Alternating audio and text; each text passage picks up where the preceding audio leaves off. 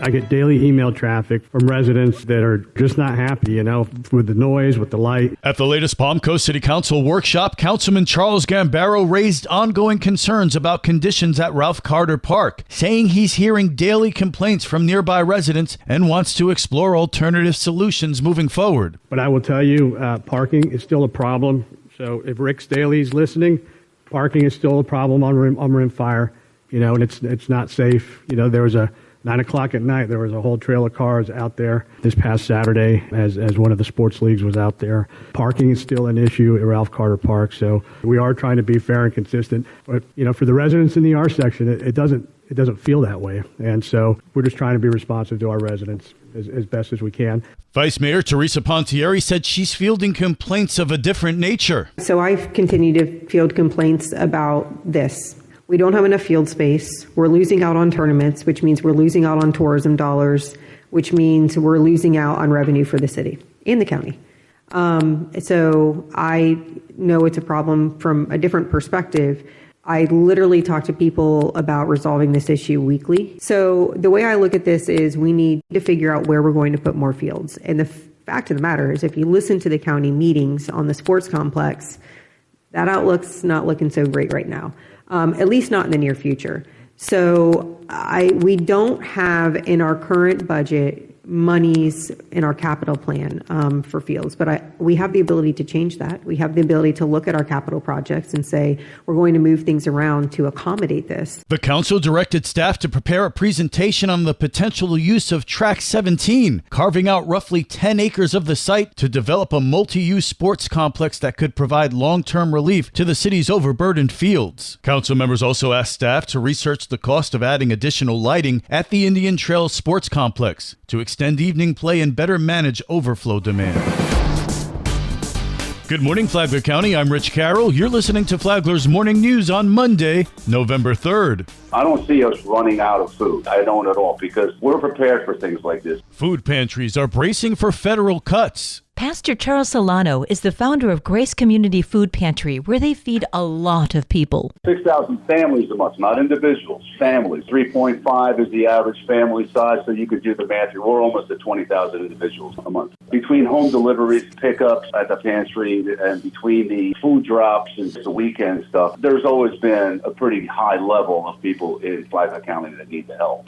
Unless those in D.C. can arrive at some kind of compromise and reopen the federal government, the Supplemental Nutrition Assistance Program, or SNAP, will be suspended today. A lot of people rely on SNAP for their groceries, and some food pantries are on edge. Pastor Solano told David Ayers during Free for All Friday, they've got this. I know that pantries are calling food banks. They're ringing their phone off the hook. There are some people that are afraid of that. But we're still going to be rescuing food. The food banks are well ahead of this to make sure that we'll have some food products for everybody that shows up. They've conquered hurdles before, and they'll do it again. Through 5 administrations, George Bush, Barack Obama's 2, Trump, and then we had Biden, and now we have Trump again. We've always had these up and down things. Something happened to SNAP or something happened to USDA, but we always managed to get through it. He gives an example. For instance, during the pandemic, why people started to see the longer lines, people started coming to us with support checks, funding. They started to do food drives. It's the community that does everything here. Solano is dedicated to his mission of feeding the hungry and refuses to rely solely on government. Government has always been, to us, maybe 20 to 25% of everything that we do. So when it's cut off, USDA right now is really at a minimum. So they find ways to compensate. What we're doing is having to purchase more food or get some more farm-to-table products. So produce is a really big help. But it's always the community. It's the feet on the ground. It's the people that live in the county that step up. I'm really impressed with Flagler County. From the WNZF Newsroom, I'm Liz Ryan. This local news is a service of Flagler County's Toyota dealer, Beaver Toyota in St. Augustine, conveniently located right off I-95 at exit 311.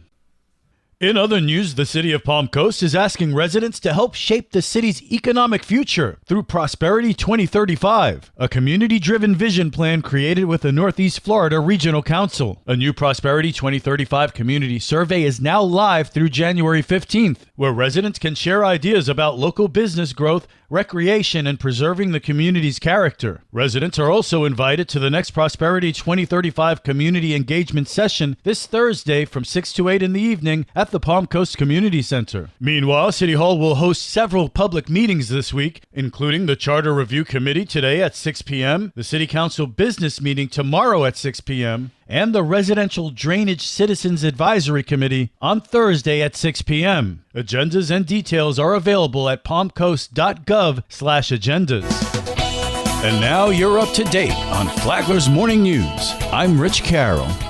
And now, Mike Licio with your WNZF local sports update. WNZF was at Sal Campanella Stadium for senior night when FPC hosted Fleming Island Friday in a game that had postseason implications not only for the two teams, but the Matanzas Pirates, who sit behind the Eagles in the regional playoff rankings. After Jacob Harnish recovered a Fleming Island fumble at the 6, FPC went to Darwin Harris. It's a give up the middle to Harris, fighting all the way, and he is in for the touchdown.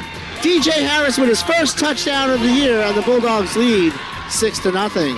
Up 6-0 in the second, FPC faced fourth down at the 14-yard line. Simmons in the shotgun. Caliendo and Gunter to the right.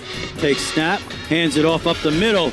Breaking through, and all the way for the touchdown is Harris. Touchdown, Bulldogs! FPC recovered the onside kick, and this time the Dogs found a superhero. Simmons in the shotgun, man in motion from left to right. He's going to hand it off to a JD off the left side, and he is going to walk into the end zone for the touchdown. That is Master of the Universe, He-Man, for 6.